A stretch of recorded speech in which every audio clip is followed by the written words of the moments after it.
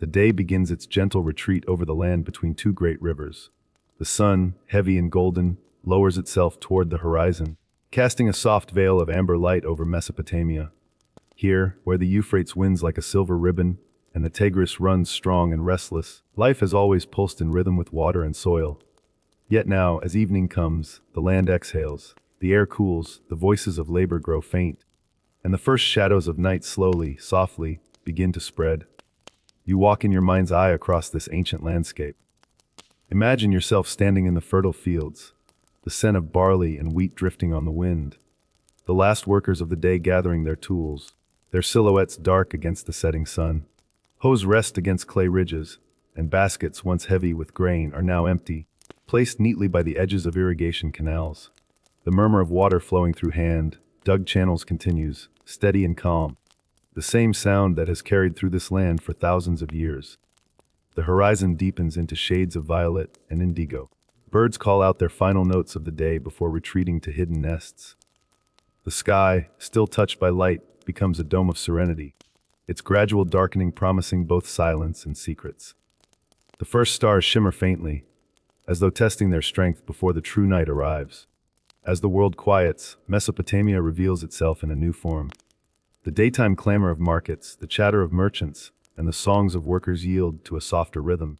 A shepherd's whistle carries faintly from a far-off pasture, calling his flock together before darkness. The air smells faintly of earth baked by the sun, of reeds cut from the riverside, of smoke rising from hearths where evening meals are being prepared.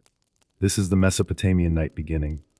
Not abrupt, but a slow descent, a gradual embrace. The first oil lamps flicker in the distance. In the small mud, brick homes that cluster like honeycombs along the riverbanks, families prepare for the hours of rest. Flames fed by sesame oil or animal fat glow with a steady light, casting soft shadows on clay walls. Their light is gentle, not piercing, and it allows the eye to wander slowly across the details of each household: clay, jars stacked in corners, mats woven from reeds laid out across the floor, small figurines of gods placed in niches for quiet reverence. For many, the end of day is marked not by silence, but by gathering.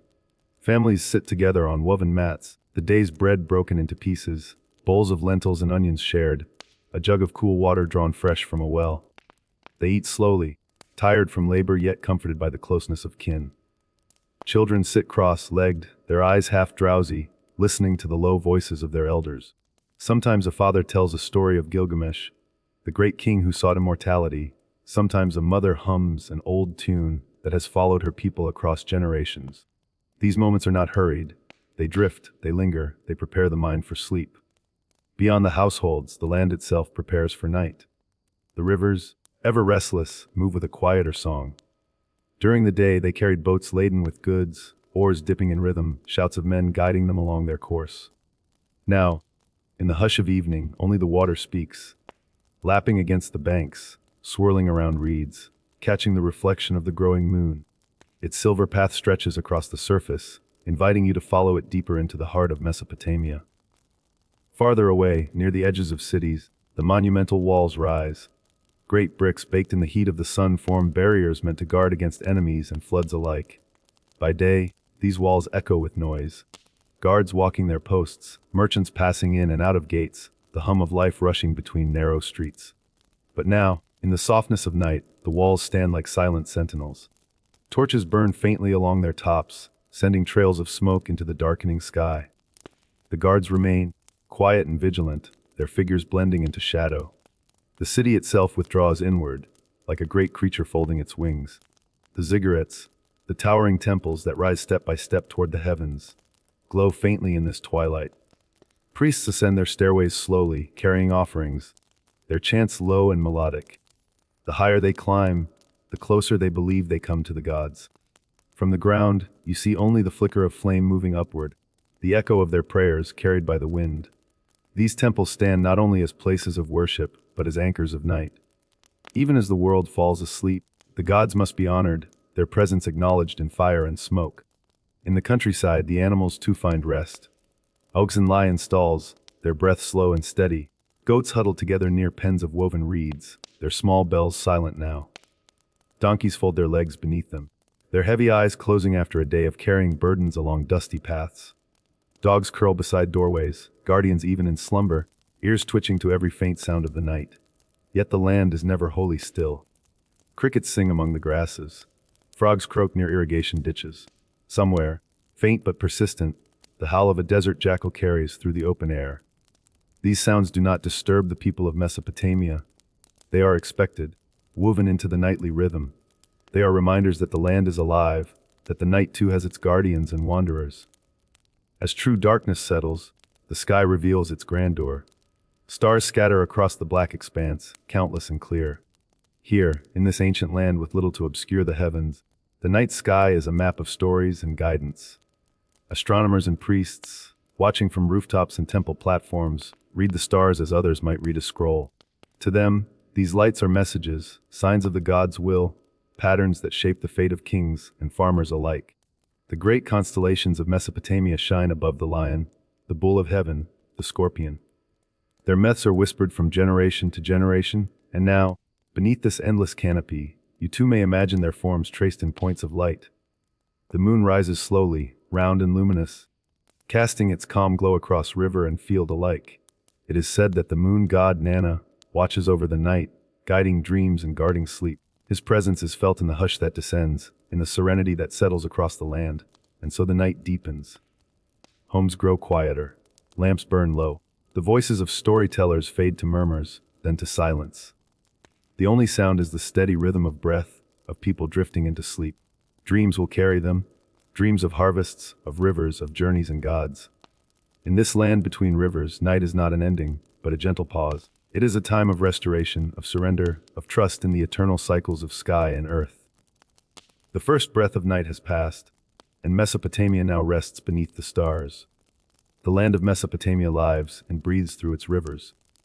Without the Tigris and the Euphrates, there would be no cities, no crops, no stories that survive to this day. By day, they roar with activity, boats gliding over their surfaces, voices echoing across their banks, irrigation canals drawing life into the fields. But at night, their rhythm changes. The rivers do not sleep, yet they soften, like living creatures folding themselves into rest. Imagine standing on a quiet stretch of bank. The moon has risen now, pale and luminous, scattering its silver path across the waters. The current glides, smooth yet insistent, tugging at reeds that line the shores. The air smells faintly of wet clay, of silt stirred gently by the flow. You hear the lapping of water against wooden hulls, the creak of a rope stretched taut where a boat is tethered. Sometimes, there is the splash of a fish breaking the surface, or the whisper of wings as a heron drifts low, seeking rest among the reeds.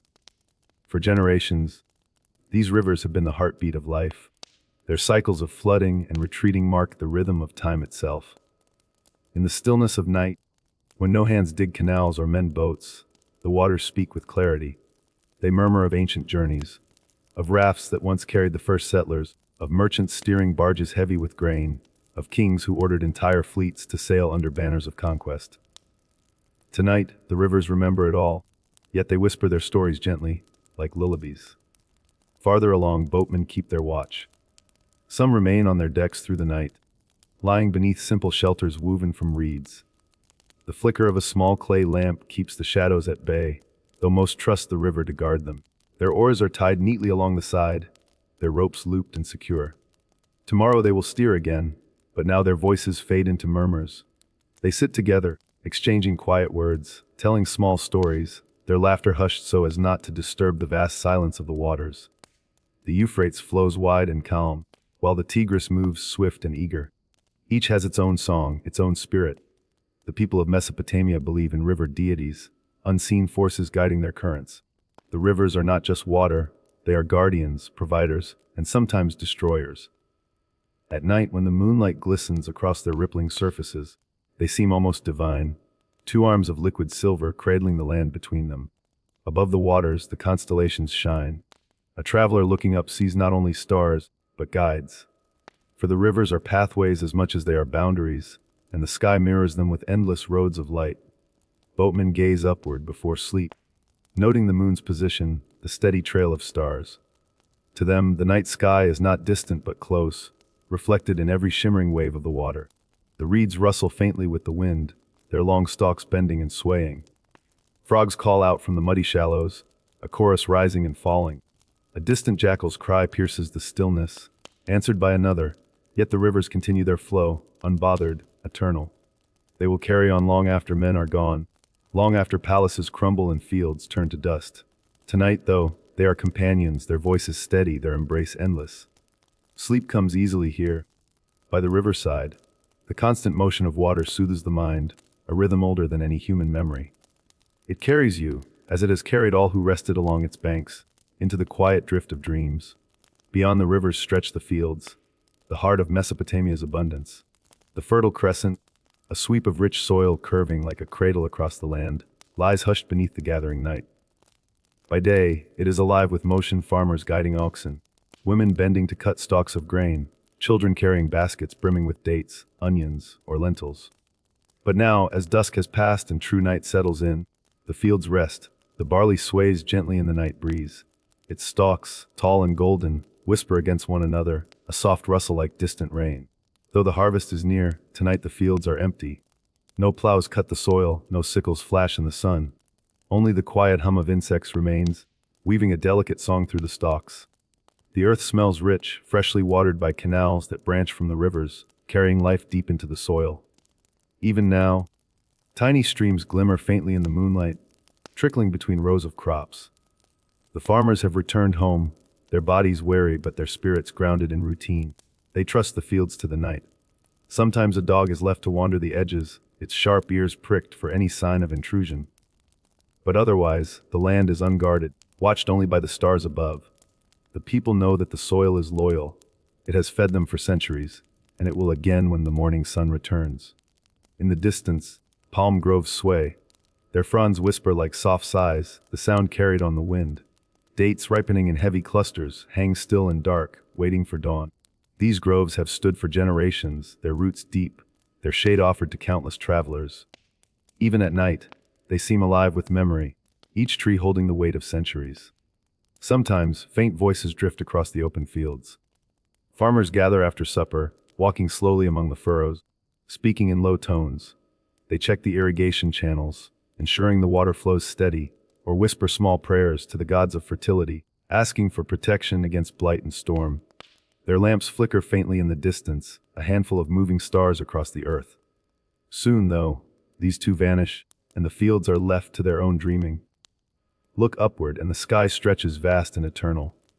The Milky Way arches over the land, bright and clear.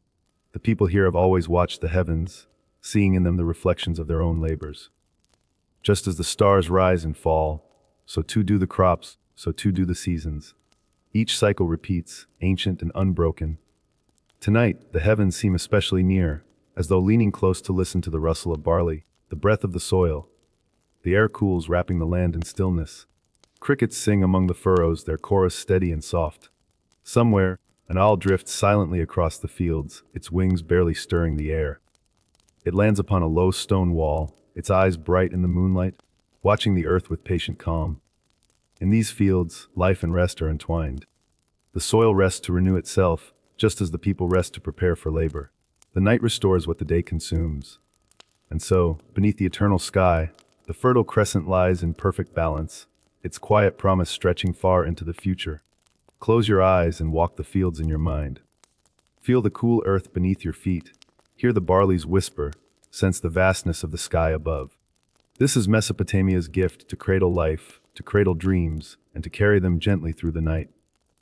The sun has long since dipped beyond the horizon, leaving Babylon to the gentle embrace of night. This is no ordinary city. It is a place of vast walls, towering gates, and streets that carry the hum of countless voices by day. Yet now, as darkness deepens, Babylon withdraws into stillness, and its mighty gates prepare to close. The Ishtar Gate rises before you, monumental and resplendent, even in the dimness of night.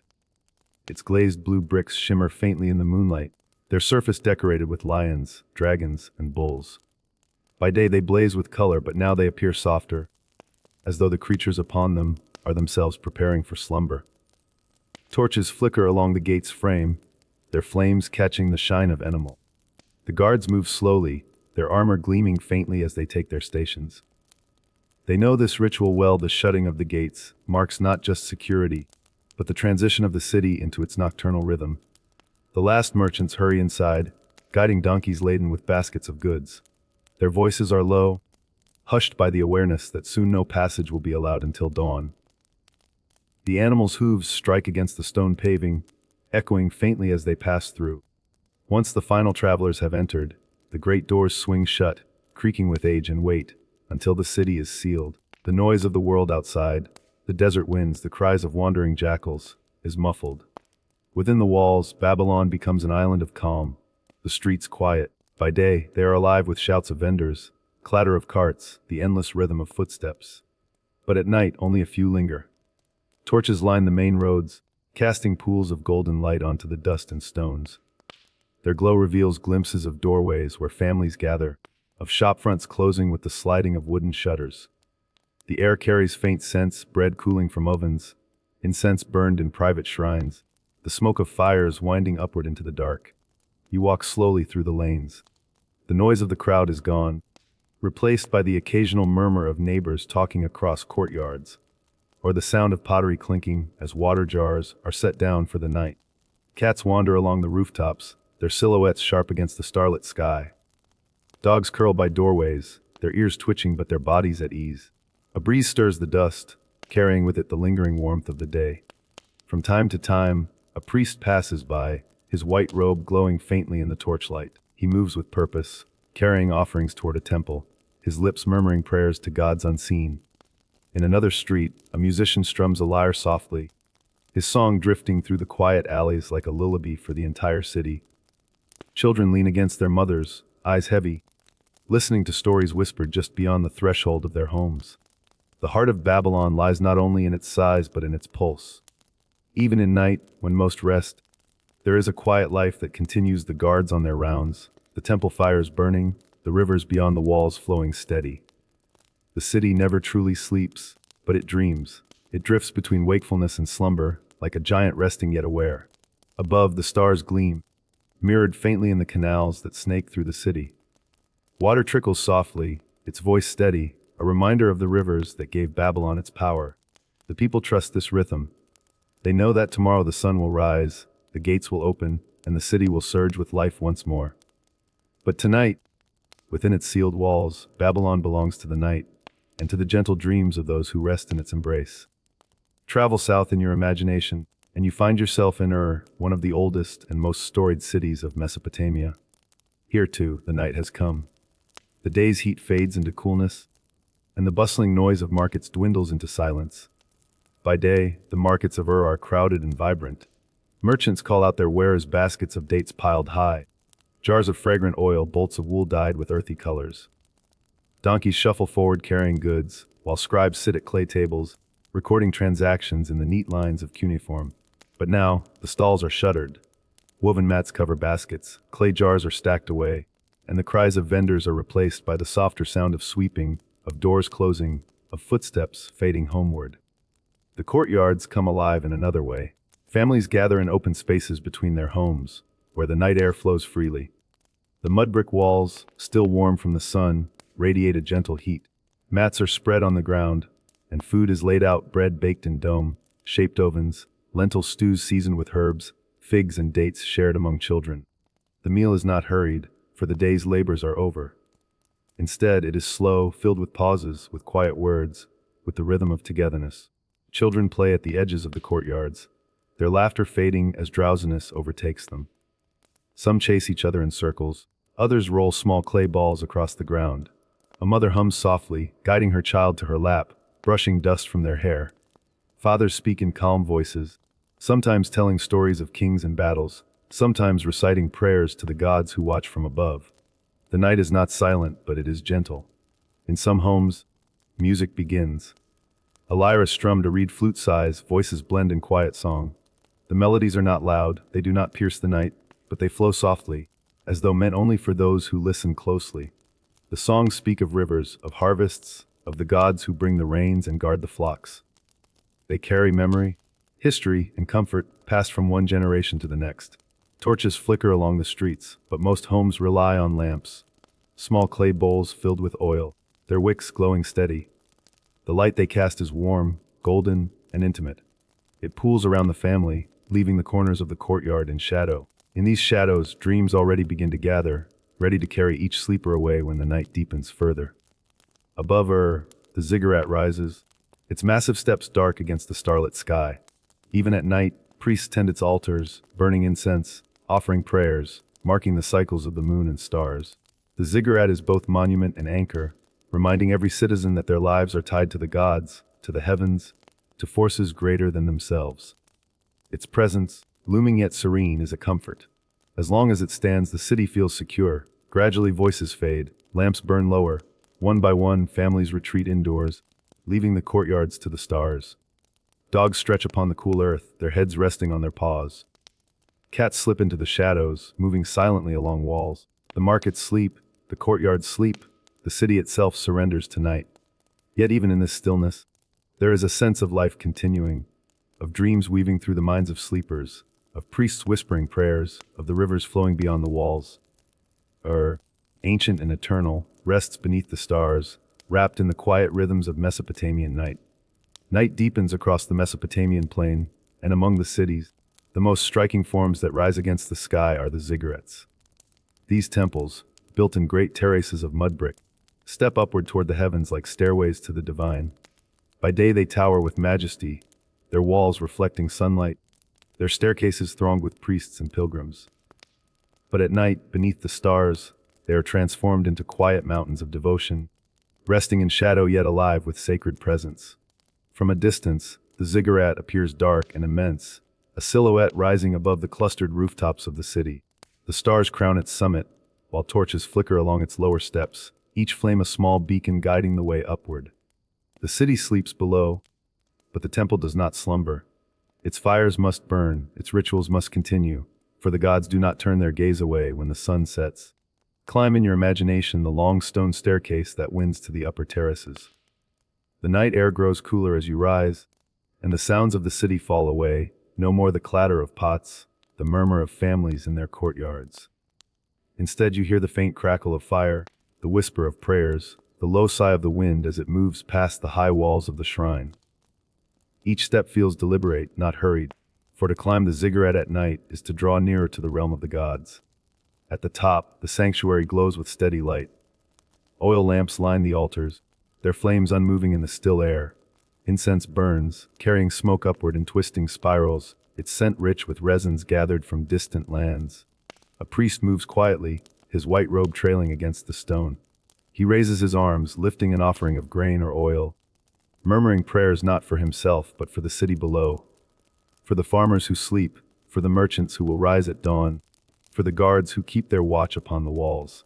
The gods invoked are many: Anu, the father of heaven; Enlil, lord of wind and earth; Inanna, radiant with love and war; Nanna, the moon itself, watching from above. Each has their place in the sky, each their presence in the lives of those who dwell below. Tonight, as the moon climbs higher, the temple priests whisper to Nanna, thanking him for his steady light, asking that he guide the dreams of the people with gentleness. The ziggurat at night is more than a temple, it is a bridge. The stars above seem close enough to touch, their patterns clearer than any scroll. Astronomers sit along the terraces, clay tablets beside them, their styluses ready. They watch the constellations move across the heavens, marking each position with care. For in these lights they see not only beauty, but order. They see the will of the gods, the measure of seasons, the foretelling of floods and harvests. Their voices are soft, but their eyes are sharp, tracing patterns that will guide kings and farmers alike. And so the ziggurat holds its vigil. The city below rests, wrapped in the silence of sleep, while above the fires burn and the heavens are red. The night passes slowly, but it passes with purpose. When dawn comes, the priests will descend, their prayers carried with them like unseen blessings. But for now, in the hush of midnight, the ziggurat stands tall, part stone, part sky, a sacred mountain where men and gods meet beneath the stars. Beyond the walls of cities, where fields stretch into open land, the shepherds keep their watch. They do not return to courtyards or markets when the sun sets. Instead, they remain with their flocks, guiding them beneath the shifting light of moon and stars. To live as a shepherd in Mesopotamia is to live in rhythm with the earth itself, to know its quiet moments as well as its storms. The pasture at night is wide and still. Grasses ripple gently in the breeze, whispering in endless waves. Sheep huddle together, their bodies warm, their breath steady. Some lie upon the earth, heads resting upon folded legs, while others nibble softly at tufts of grass, even in the dim light. The shepherd moves slowly among them, staff in hand, his silhouette long against the ground. He does not rush. His steps are measured, his ears tuned to every sound. From time to time, he raises his head to the sky. Above him stretches the vast dome of stars, clear and infinite. For him, the heavens are both guide and companion. He knows which stars rise first at dusk, which mark the direction of rivers, which foretell the coming of seasons. He knows the moon's cycle, how it swells and fades, how its light changes the shadows on the earth. Tonight it is nearly full, casting a silver glow across the plain, bright enough to guide his flock without the aid of fire. The sounds of night are familiar to him. The bleat of a lamb searching for its mother. The soft clink of small bells tied around the necks of goats. The distant cry of a wolf or jackal, answered by the shepherd's sharp whistle and the low growl of his dog. The earth hums with these noises, and none surprise him. They are part of the balance. Prey and predator, rest and vigilance, silence and sound. He carries a flute carved from reed, and sometimes, when the flock is calm and the night still, he plays. The notes drift into the air, slow and gentle, echoing across the open plain. The sheep seem soothed by the sound, their movements steady, their ears relaxed. The music is not meant for performance. It is meant for company, for the shepherd himself as much as for the animals. In this vast, quiet land, the song reminds him that he is never alone. When hunger stirs, he eats from a small pouch of bread and dates, food carried simply yet enough to sustain him. He drinks from a clay flask, the water drawn from a canal earlier in the day. His meal is quiet, his mind already halfway in the realm of dreams, though his body remains awake and watchful. As the hours pass, the flock settles. The lambs curl against their mothers, the goats lie upon the earth, the dog rests at the shepherd's feet. Yet he does not sleep, not fully. He sits upon a stone, staff resting against his shoulder, eyes half closed but ears always open. He will drift into light dreams, waking at the faintest sound. Such is the life of one who tends the flock, never entirely at rest, yet always carried by the quiet rhythm of night. The pasture stretches on endlessly, its edges blurred by darkness. Beyond lies desert, beyond lies mountain, beyond lies the unknown. But here, within the circle of his flock, the shepherd knows peace. The night sky above, the earth below, the animals close, all form a small world of safety, a world he carries with him wherever he goes. And so the night passes. The stars wheel across the sky, marking hours unseen. The shepherd watches, listens, waits. He is part of this land as much as the rivers, as much as the cities, as much as the fields. And when dawn comes, when the first light spills across the horizon, he will rise with it, guiding his flock once more through the endless rhythm of life between the rivers. The life of Mesopotamia begins and ends with its waters. The rivers bring life, and from their currents spring the canals that feed the land. By day, the fields are full of motion. Farmers guiding plows, oxen pressing through soil, hands scattering barley seed. The sound of water rushing through gates and channels joins with the shouts of men and the cries of animals. But when night falls, the canals grow quiet. Their banks, lined with reeds, return to stillness, broken only by the steady trickle of current and the soft sigh of wind. Imagine walking along such a canal under the moonlight. The air is cool, the scent of damp earth rising to meet you. Shadows of reeds stretch across the water's surface, trembling with every ripple. Insects hum faintly, their chorus softened by the night. From time to time, a fish leaps, breaking the stillness with a flash of movement before vanishing again into dark water. On the banks, farmers rest. After long days of labor, they sit with their families near small hearths, meals of lentils and bread spread before them. The children's laughter, which filled the air earlier in the evening, has grown quieter, replaced by murmurs of drowsy talk and the occasional song sung softly to ease little ones into sleep. Some families sleep outdoors on reed mats, the stars their only ceiling, the cool night air a welcome relief from the heat of the day. Others retreat to mud brick homes nearby, their walls holding warmth that slowly fades into comfort. The canal itself seems alive. It moves even when men rest, carrying the gift of rivers to distant fields. At night, its voice is gentle. You can hear it if you listen closely, the soft rush where a gate allows water through, the low lap against clay banks, the whisper of reeds bending above its surface. These sounds weave together, forming a lullaby older than any song. A farmer lying upon his mat listens with gratitude. He knows the water's journey, knows how carefully it must be guided, how every channel matters. He recalls the times of drought, when canals ran dry, when prayers rose to the gods in urgent need. Tonight, however, the waters flow steady, and with them comes peace. He closes his eyes, drifting towards sleep, the murmur of water carrying him as gently as a cradle. In the distance, jackals call, their cries echoing across open land. Dogs near the farmstead bark in response, alert but unafraid. The night is full, yet not threatening. All is in balance, the flock in its pen, the fields watered, the family fed. The farmer dreams of tomorrow, of planting, of harvest, of life continuing as it always has, shaped by the hands of rivers and soil. Thus the canals lie under the stars, carrying not only water but hope. They flow quietly through the night, lifelines in shadow, preparing the land for dawn. Within the bustling towns of Mesopotamia, work does not cease with the setting sun. Yet even here, among artisans and craftsmen, night brings a gentleness, a slowing of rhythm, a quiet dignity to the tasks that remain. The potter's wheel, which spun all day with steady hum, now turns more slowly. A lamp flickers nearby, casting a warm glow upon the clay vessel rising beneath skillful hands. The potter hums softly to himself, a tune without words, his voice blending with the creak of wood and the faint hiss of damp clay beneath his fingers. By moonlight, the pots glisten, their surfaces damp, waiting to be hardened by the fire of the kiln. Rows of them stand like silent sentinels, each shaped with care, each holding the promise of usefulness. Jars for storing grain, bowls for family meals, pitchers for carrying water from the canals. Nearby, the weaver tends her loom. She works by touch as much as by sight, fingers guiding threads into place, her rhythm slow but steady. The loom creaks softly, each movement like the beat of a heart. Colored threads of wool and flax stretch before her, catching the light of the lamp in faint shimmer. She weaves not only fabric, but continuity, the same patterns her mother taught her, the same her daughter may one day learn. The cloth grows row by row, a tapestry of patience and tradition. Children, already drowsy, curl near their parents, lulled by these familiar sounds. For them, the turning of the wheel, the hum of the loom, are as soothing as any lullaby. They fall asleep easily, their dreams woven into the threads, shaped into the clay, bound to the life of craft that sustains them. As the night deepens, the potter wipes his hands and leans back, the final vessel complete. He studies it with quiet pride, not as an object of beauty alone but as a part of life, a container that will carry food, oil, or water, serving its purpose quietly. The weaver too rests, her cloth tied neatly, her fingers brushing across the fabric's surface with a sense of completion.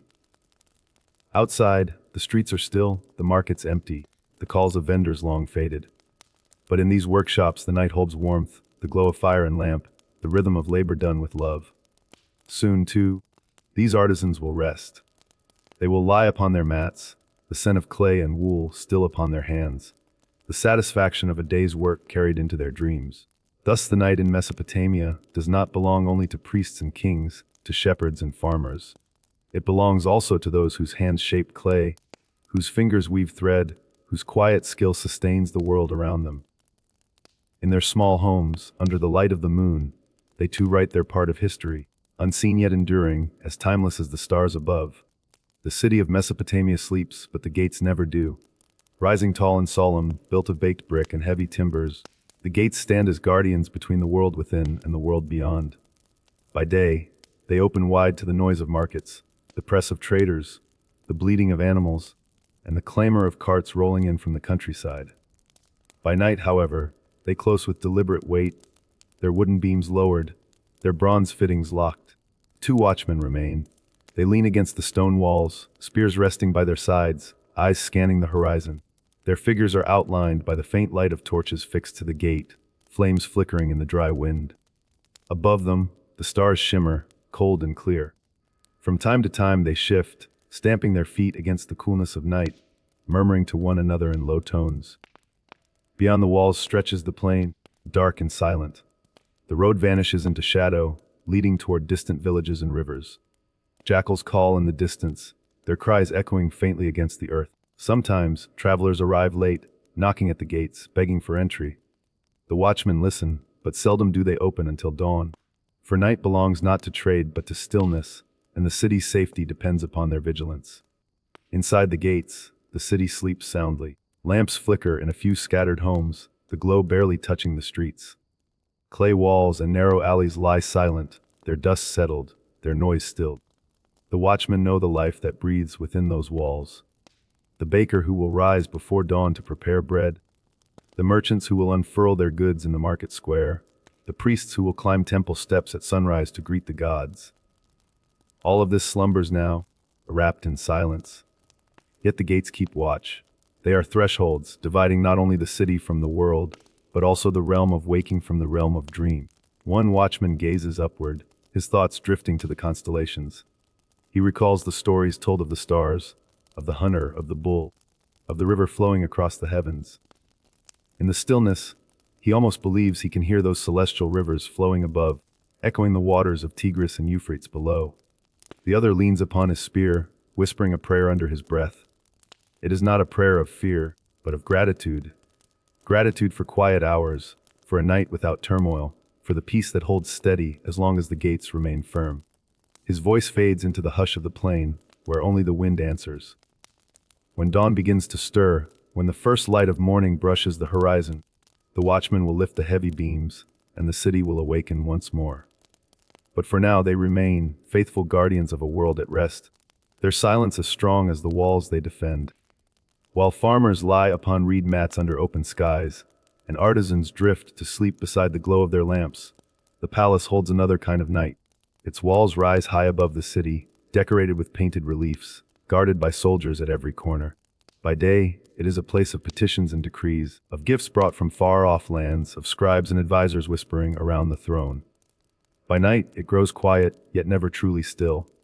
Within its great halls, lamps burn steadily, their light reflected upon polished bronze, upon carved stone lions, upon walls adorned with images of gods and kings. The air is heavy with incense, drifting like mist across the floor. Servants move softly, their steps hushed, their voices lowered. Some carry water to fill basins for washing, others tend to braziers to keep the night air at bay. Their presence is constant, like shadows that never fade. In the royal chambers, the king himself prepares for rest. He is not alone. Musicians play soft notes upon harps and flutes, their melodies gentle, drawn out like breaths of wind. They do not play to entertain but to soothe, to ease the mind of a ruler who carries the weight of many lives. Attendants fan the air, their movements steady, while others place cool water in bowls, offering refreshment. The queen sits nearby, her presence quiet, her gaze serene. Children sleep in smaller chambers, watched over by nurses, their breaths light and untroubled. The palace is vast, yet the moment feels intimate, as though all the grand walls, all the heavy columns, exist only to guard the fragile peace of this hour. Beyond the private rooms, guards patrol the corridors. They pass by murals of past victories, by storerooms filled with tribute, by chambers where scribes keep tablets recording the affairs of the day. Their sandals press softly upon stone, their eyes sharp, yet even their vigilance is wrapped in calm. For tonight, the palace rests, and with it, the kingdom breathes easy. The king reclines upon cushions, the harp song winding through the chamber like a thread of silver. He closes his eyes, but his mind does not yet sleep. He thinks of the rivers of the fields, of the temples where priests burn offerings in his name. He thinks of enemies at the borders, of allies far away. But slowly, these thoughts soften. They become lighter, less urgent, fading like footprints in sand. At last, he drifts into dreams. Around him, lamps glow steadily, musicians play until their fingers grow still, and servants withdraw into shadow. The queen lowers her gaze, the nurses hush the youngest, and the palace settles into a deep, protective quiet. Outside, the stars shine upon roof and wall alike, upon king and farmer, upon noble and servant. All are bound to the same night sky, all carried by the same slow rhythm of darkness toward dawn. Thus passes the night in the palace, not loud, not restless, but serene, a world of guarded peace. And in its calm, the kingdom itself seems to rest, held in the balance of silence, music, and dream. The ziggurat rises from the heart of the city like a mountain shaped by human hands. Step upon step, terrace upon terrace, its form climbs steadily upward, reaching toward the heavens. By day its sun-baked bricks gleam pale gold beneath the unrelenting sky.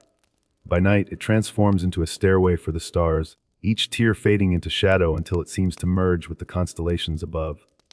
At its base, the streets lie hushed, their noise stilled. Torches burn faintly along the lower steps, casting small circles of light. Higher still, the terraces glimmer with oil lamps, tended by priests who keep watch even as the rest of the city sleeps. The ziggurat does not slumber. It is the axis of the city, the bridge between earth and heaven, and through the night its pulse continues. Priests ascend its steps slowly, robes trailing against the stone. Their movements are unhurried, measured like the turning of the heavens themselves. They carry bowls of incense, their smoke curling upward in thin, pale ribbons. The air fills with the fragrance of cedar and myrrh, mingling with the cool breath of the night.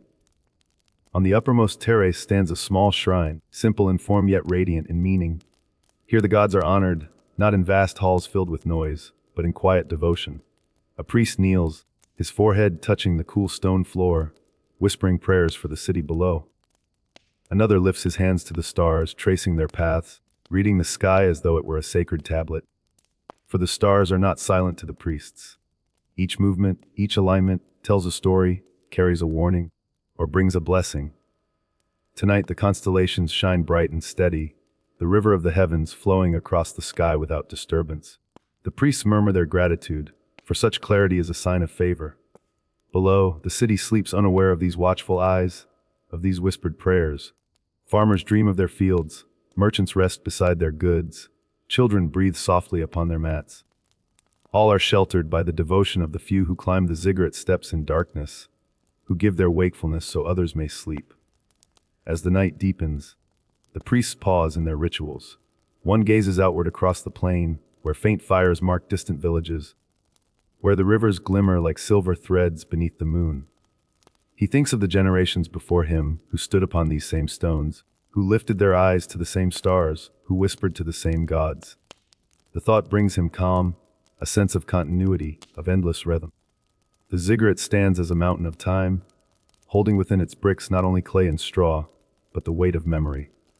And in the stillness of the night, as the stars circle slowly overhead, it feels eternal, rooted in the earth, reaching toward the sky, uniting the silence of men with the silence of the heavens. Beyond the city walls, the road stretches into the plain. By day, it is filled with the creak of carts, the shouts of drivers, the slow plod of donkeys laden with goods. By night, the road grows quiet, yet not entirely empty. Caravans halt beneath the open sky, forming small circles of rest, their torches flickering against the dark. Here, traders from distant lands pause in their journey. They spread woven mats upon the ground, unfasten the packs from their animals, and kindle small fires. Around these fires they sit, sharing bread, dried dates, and cool water drawn from jars. The night air is soft, and the moon shines clear upon their gathering. Some traders speak in low tones, their words carrying tales of far-off places, of mountains where snow never melts, of deserts where sand stretches beyond sight, of seas that glitter endlessly beneath the sun. Others sit silently, gazing at the flames, their thoughts drifting like smoke into the sky. The weariness of travel softens their bodies, but the quiet of night restores them, drawing strength from stillness. The animals too rest. Donkeys fold their legs and lie upon the ground, their breathing slow and steady. Camels chew softly, their silhouettes rising against the moonlight. The clinking of harnesses fades, replaced by the hush of wind moving gently across the plain. As the traders lie down, they draw their cloaks around them, using saddlebags for pillows. Their eyes close, and the road itself seems to cradle them. Yet one or two remain awake, keeping watch as the city watchmen do, ensuring no danger approaches in the dark. They sit with spears across their knees, but their gazes often wander upward to the stars. The night sky feels immense here, unbroken by walls or roofs. The Milky Way stretches above, its countless lights mirrored faintly in the rivers below. A trader sighs, whispering a prayer not to a god of the city, but to the spirit of the journey, asking for safe passage, for fair winds, for the strength to endure. His words drift upward, vanishing into the boundless dark. In the stillness, one of the older merchants recalls the first time he traveled this road. He remembers being a boy, walking beside his father, watching the horizon unfold day after day. Now he is older, slower, but the road remains the same, eternal in its rhythm. He closes his eyes with a smile, content beneath the watch of stars. The fires burn low, the traders sleep, and the road lies silent once more. It stretches forward into tomorrow, ready to carry them again when dawn returns. But for this moment, beneath the embrace of night, it holds them gently, a resting place between journeys, a pause in the endless rhythm of movement. In a quiet corner of the city, far from the great temples and bustling markets, the potter's quarter rests. By day, it is alive with motion, wheels spinning, clay shaping, hands smoothing vessels that will carry water, grain, or oil. But at night, silence reigns, broken only by the faint crackle of kilns that still glow with hidden fire. The potter's kiln is a world within itself. Its embers smolder, casting a faint orange light that flickers against the low walls. The heat lingers even as the air cools outside, wrapping the workshop in warmth that seeps into the clay vessels resting within. Shadows stretch across shelves where jars and bowls stand waiting, their shapes softened by the dim light. A potter lingers near the kiln, unwilling to sleep before ensuring the fire holds steady. He listens to its voice, the hiss of wood, the quiet pop of charcoal, the sigh of flames curling upward. To him, the kiln is alive, demanding attention, offering in return the gift of hardened clay, of vessels that will endure long after the night has passed. Outside, the streets are hushed, yet within the workshop there is a strange comfort in the fire's glow. The potter's hands, stained with earth, rest upon his knees. He gazes at the dancing embers, thinking of the countless generations who have worked as he does, shaping earth and flame into objects of use and beauty. The air smells of smoke and clay, mingling into a fragrance both sharp and soothing. It clings to his clothing, to his skin, becoming part of his being.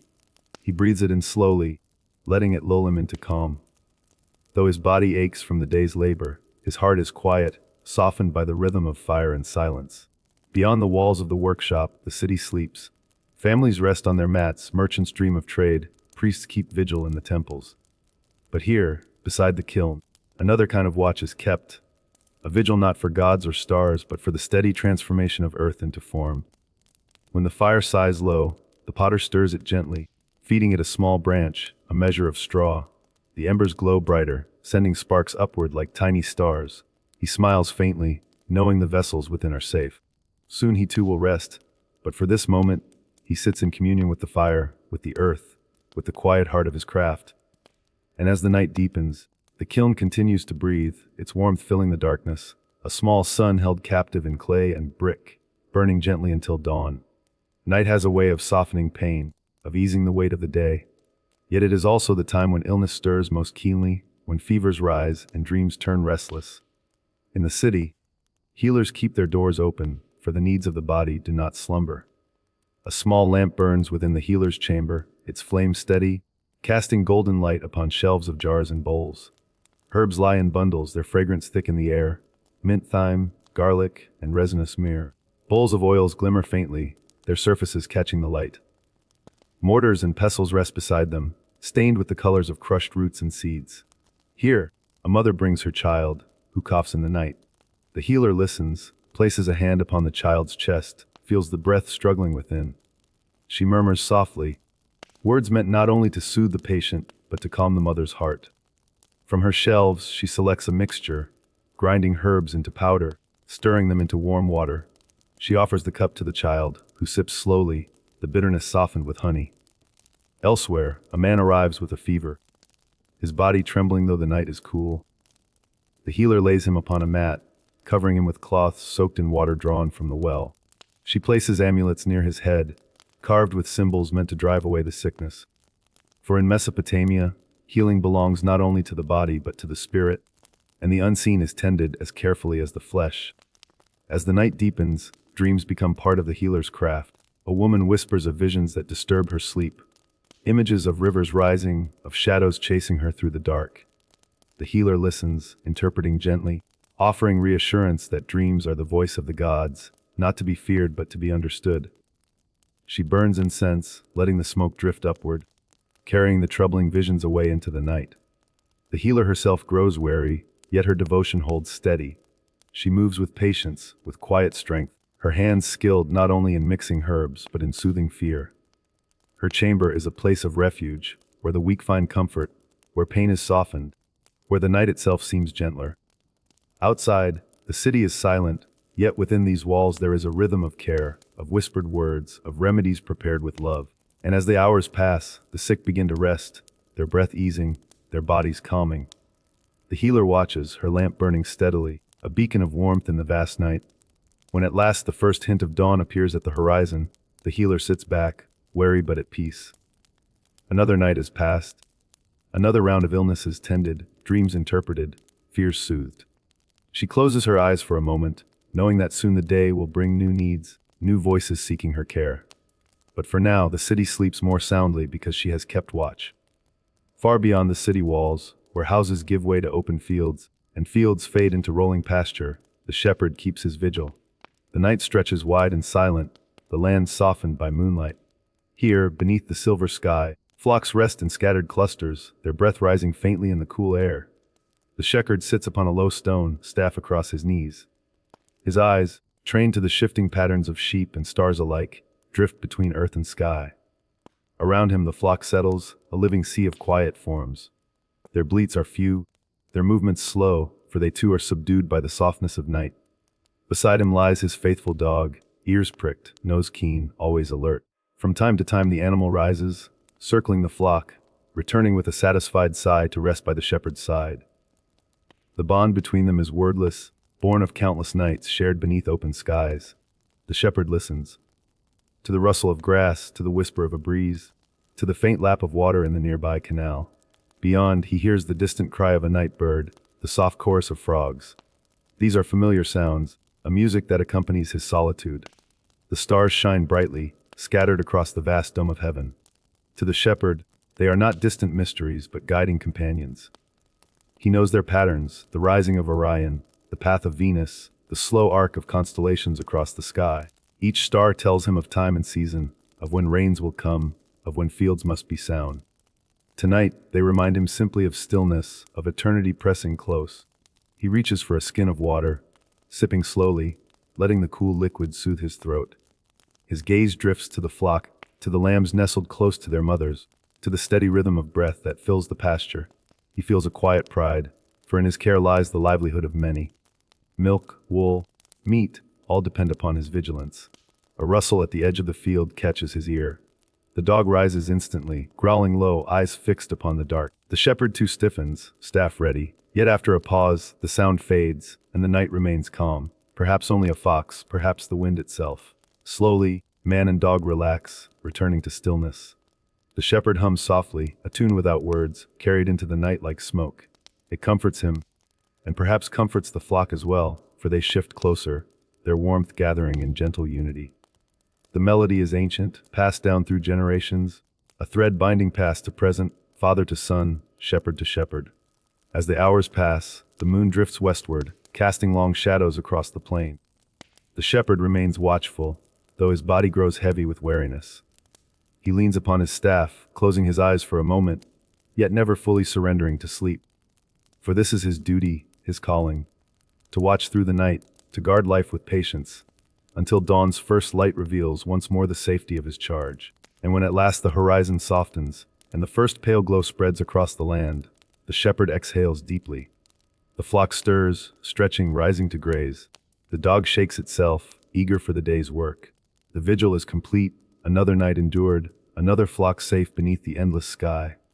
Within the city's heart, near the temple courtyards, music lingers into the night.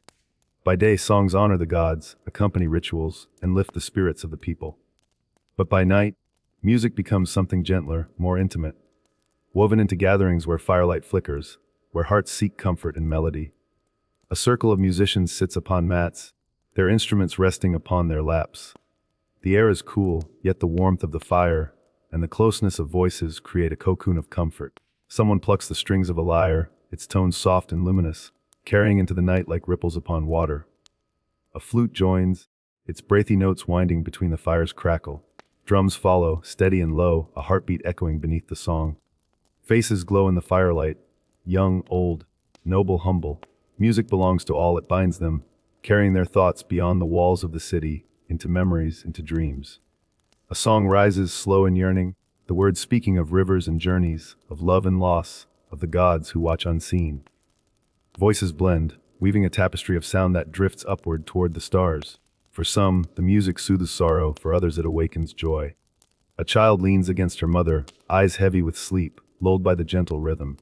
A merchant, weary from the day, closes his eyes, letting the melody ease the weight of his burdens. Even the musicians themselves seem carried by the flow, their fingers moving not with effort but with ease, as though guided by something greater. The fire crackles, casting sparks that rise like tiny stars before fading into darkness. Shadows dance upon the walls, keeping rhythm with the music.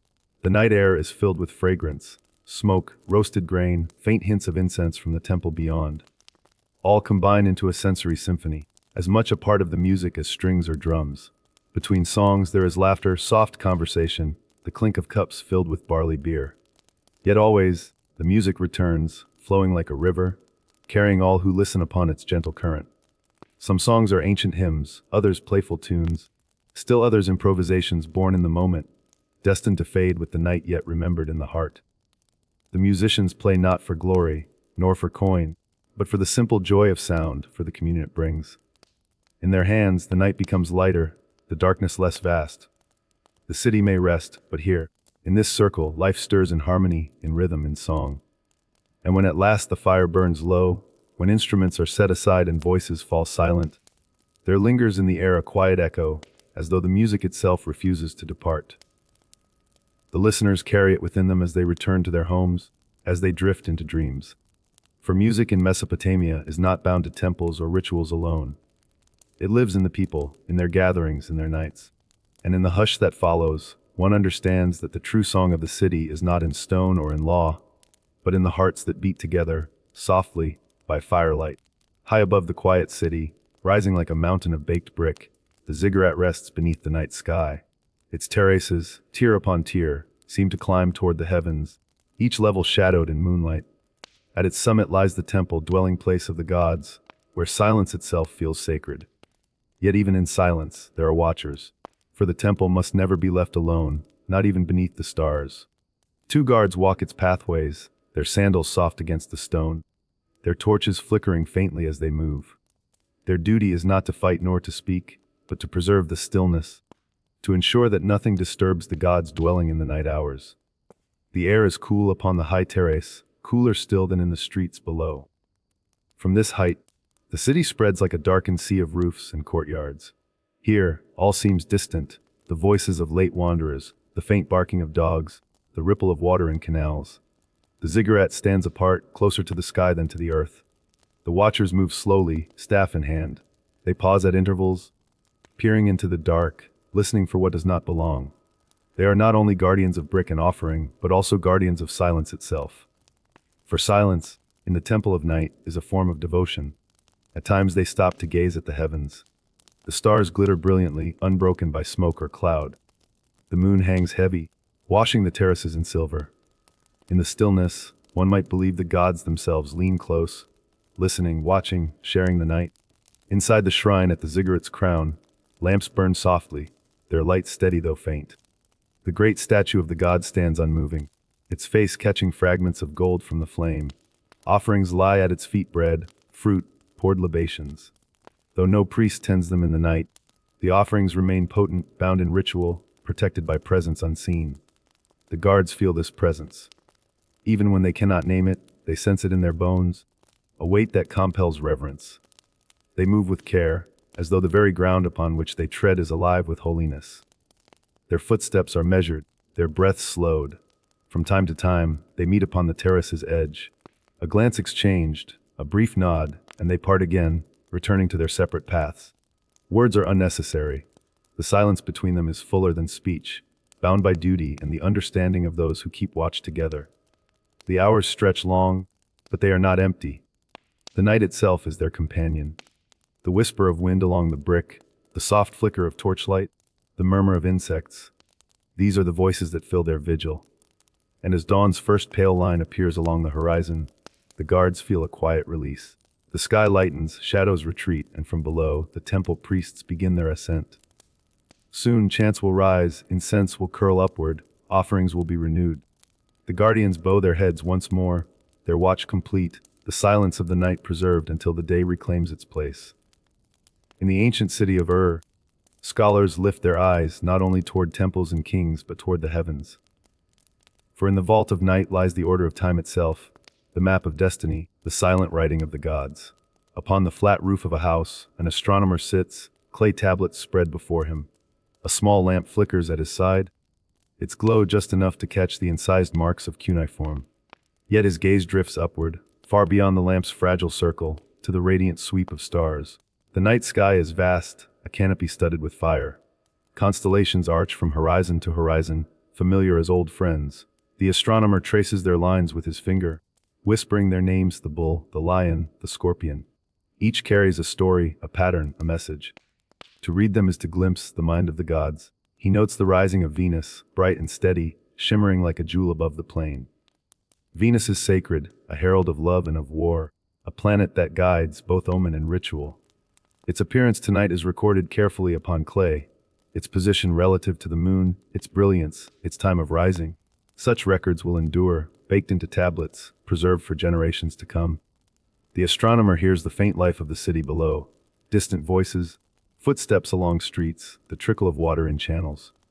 Yet here, upon the rooftop, he is apart, wrapped in quietude. His mind drifts through the stars, aligning heaven with earth, weaving patterns of prediction. A student sits nearby, eager yet silent, learning by watching. He too gazes at the stars, but without the practiced certainty of his teacher. To him they are both wonder and mystery, brilliant fires that beckon with secrets he longs to know. The teacher explains softly, his voice blending with the night air. He speaks of the moon's phases, of its slow waxing and waning. He tells of eclipses, when shadow devours light, a sign of turmoil or change. He points to the belt of Orion, a hunter eternally chasing across the sky, marking the seasons. His words fall like gentle water, flowing, filling the pupil's heart.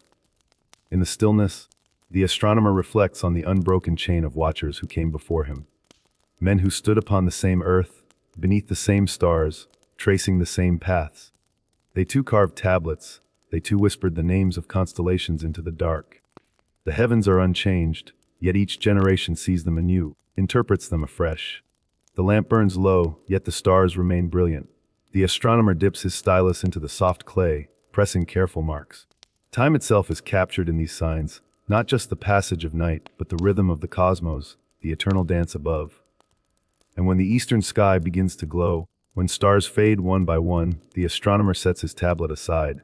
He breathes deeply of the cool dawn air, knowing he has glimpsed, if only faintly, the eternal script of the gods. His student remains beside him, eyes still fixed upon the heavens, reluctant to let go of the night. For though the stars vanish with day, their memory endures. And tomorrow and the next night they will return, eternal companions, guides of time, guardians of mystery. The night has stretched long, soft and serene, unfolding its stories across the plains of Mesopotamia. From the hush of village courtyards to the solemn silence of ziggurats, from the watch of shepherds to the whispered prayers of astronomers, the land has dreamed beneath the stars. Now the first hints of dawn gather at the edge of the sky. A pale glow, faint at first, rises slowly over the eastern horizon. It spreads like a breath of light across the dark, softening the outlines of walls, fields, and rivers. The Tigris shimmers faintly, touched by silver. The Euphrates glows in places where the current catches the first gleam. Irrigation canals reflect the softening sky, while reeds bow gently to the morning wind. The world, bathed in shadows only moments ago, begins to stir. Within the city, roosters crow from hidden courtyards. A dog stirs, stretches, and shakes off the night's stillness. In a baker's shop, embers glow once more as ovens are stoked, and the first scent of bread drifts into the waking streets. On the ziggurat's high terrace, where guards kept vigil through the silent hours, the last torch sputters. The flame dies as sunlight replaces firelight. Priests climb the steep stairways, carrying vessels of fresh water, baskets of fruit, and new loaves. Their chants rise faintly, carried on the morning air. In the fields, farmers step from their huts, greeted by the cool breath of dawn. They pause, listening to the chorus of awakening birds. The soil beneath their feet is dark with dew, waiting for seed in hand. Oxen low softly, sensing the work to come. Shepherds, who guarded their flocks through the starry hours, now guide them toward fresh pastures. The sheep move slowly, bells tinkling lightly, as the horizon burns brighter with gold. The shepherds glance once more at the retreating moon, as though bidding farewell to a companion. Upon rooftops, the last astronomer lowers his gaze. He rolls his tablet aside, knowing that the stars, though now unseen, remain above, waiting for the next night's vigil. His student lingers, reluctant to surrender the beauty of the heavens, until the brilliance of the rising sun washes the sky clear. In marketplaces, the first merchants arrive, They arrange jars of oil, baskets of dates, bolts of cloth. Stalls awaken like flowers opening to the sun. Voices grow louder, steps quicker, as life reclaims the streets. The city, once cloaked in silence, hums once more. But it hums gently, for dawn has its own softness, a lingering echo of the night's calm. Beyond the walls, across the plain, light spreads in widening arcs. Palms glisten faintly, villages glow, and smoke curls upward from distant hearths. The rivers, veins of the land, sparkle as though scattered with jewels. The gods, whose presence was felt so strongly in the stillness of night, are honored anew with daylight offerings. Temples resound with chant, shrines glow with incense, and statues glimmer in the growing radiance. And as the sun climbs higher, warmth returns to the stones, the fields, the waters. The long night, rich with whispers and guardianship, yields at last to the bright certainty of day, but in the hearts of those who kept watch. Guardians, shepherds, astronomers, priests, the memory of night remains. Its stillness, its mystery, its dreamlike quality lingers, woven into the rhythm of life. The Mesopotamian night has ended, yet its story continues. For when the sun sets again, and shadows lengthen, and the stars return to scatter across the dark, the land will once more embrace the silence, the rituals, the dreams of its people. And so the cycle turns night to day to night, unbroken, eternal, just as the rivers flow, just as the stars wheel endlessly above. The city breathes, the earth awakens, and Mesopotamia, cradle of civilization, greets the dawn.